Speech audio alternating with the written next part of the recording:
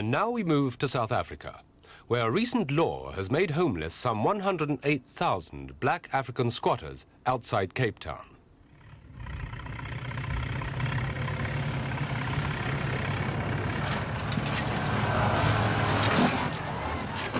This used to be the Rotterdam squatters' camp on the outskirts of Cape Town. Within 2 days it was flattened. The sand dunes vanished, the open lavatories were filled in. When Rotterdam came under the policy control of the Bantu Affairs Administration Board for the Cape Peninsula, the board ordered the demolition in the hope that the Xhosa-speaking people living here would return to the town sky, newly independent homeland. Altogether, an estimated 1,500 shacks were bulldozed here, making homeless more than 10,000 people. This camp had grown to be one of the largest in the Cape Peninsula in under 2 years. The squatters had lived here for years on end, but recently the numbers increased rapidly as many unskilled rural workers drifted to the towns in search of a job. Until recently, their presence had been tolerated, mainly because the authorities felt they had nowhere to put them. Now the government is pressing ahead with its repatriation to the homeland scheme. But how are these people taking it?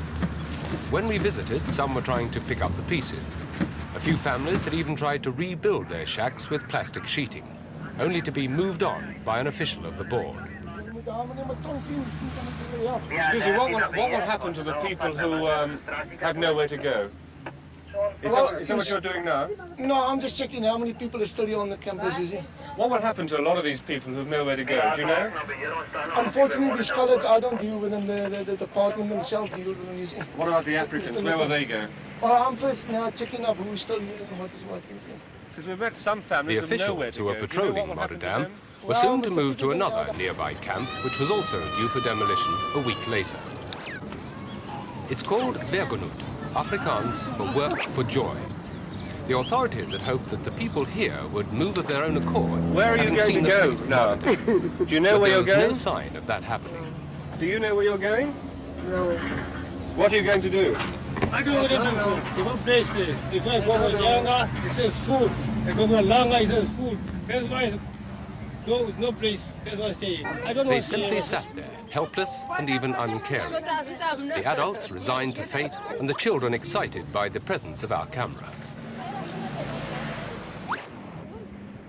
Between 5,000 and 7,000 squatters live in Werkgenut, again families of contract labourers. Werkgenut was to have been demolished earlier, but the Bantu Administration Board decided, in response to public protest, to delay the demolition for a week, giving the people here a chance to pull their houses down themselves and move out. The Rotterdam Camp Church held its final service outside the last remaining shacks.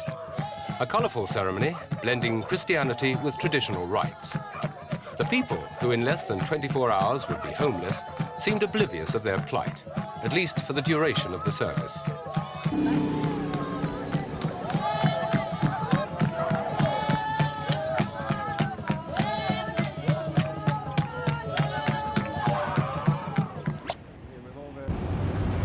Then came morning, and all that was left of even the little that they'd had was dust and debris.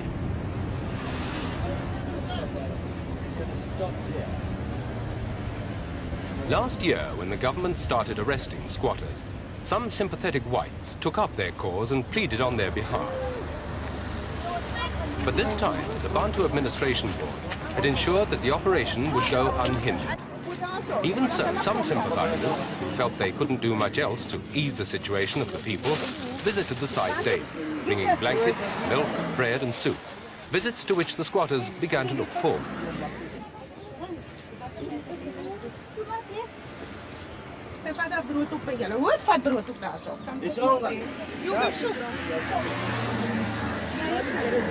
Though volunteers bring them relief, no one seems able to offer a real solution for their misery.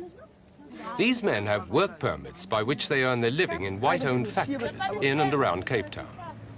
Under South African law, they are not allowed to bring their families with them for the term of their contract, which can be 11 months of every year. Not surprisingly, it's a law many ignore.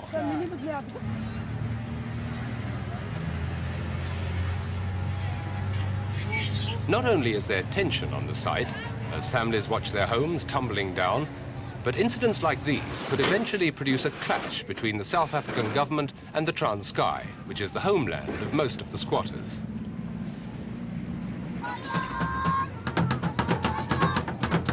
Under police supervision, those who did think they had somewhere to go loaded up their stuff onto the trucks, taking with them the corrugated iron that until the day before had served as their sole shelter and protection from the wettest Cape Town winter on record.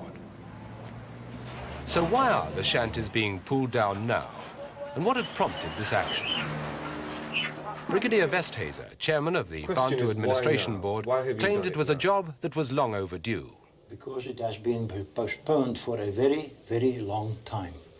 And at the moment, conditions were becoming desperate because people were coming in at the rate of about 2,000 per month into these squatter camps.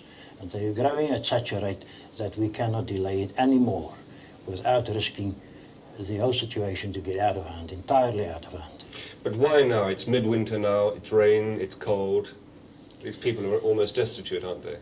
I beg to differ. It's not midwinter. It's already spring, and during the days that we were working there, the days were quite hot. The climate was hot. But those who stand huddled by the roadside in winter clothes don't see it that way. Where are they gonna make new houses? No. No, we keep it, I mean, they take it just here. So what are you gonna do? We don't know where to. You're gonna stay here? We're going to stay here. Look at that, that's my little house. That's your house? Yes. I've got a big house here for 300 rand. They break it off. But you're not gonna move away? Where to? Where to? The government week don't give us nothing. So you're staying put. But these people now seem to be without anywhere to go. They have places to go to because the families that are there have all come from areas where they were living for a long time, and they can go back there. Their own countries, you mean? Their own countries, their own areas.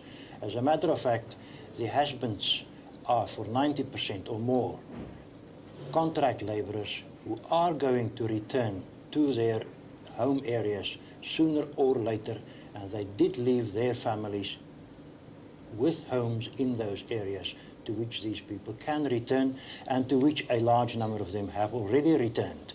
We know that they've departed from Cape Town by various means.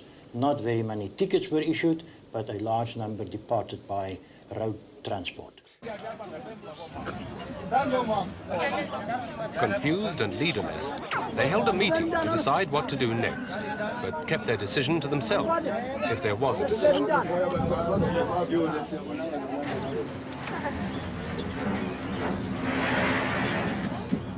But despite the attempt at organizing themselves, many left the meeting seemingly as helpless as before.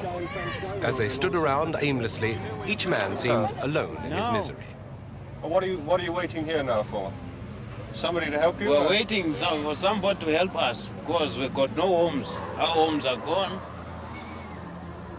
Are you expecting people to help you now? I mean, are you expecting friends to help you now?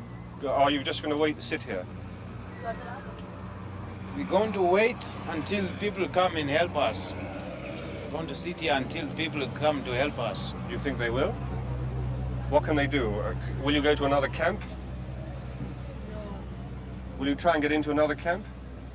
We haven't got a camp in present moment. You haven't got another squatters camp to go to? We haven't got another spot. This is all your family?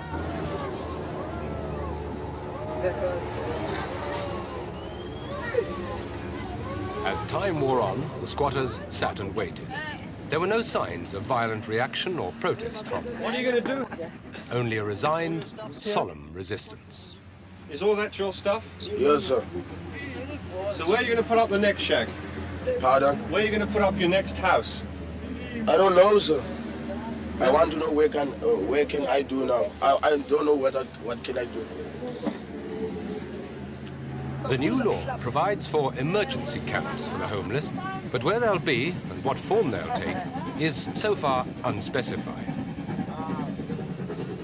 Until something is done, people remain destitute and uncertain, not knowing what tomorrow has in store for them, and ill-equipped to do anything to help themselves. The only sign of protest, and protest it certainly seemed to be, were these small boys sitting on a sand dune surrounded by the debris and beating away defiantly on their homemade drums.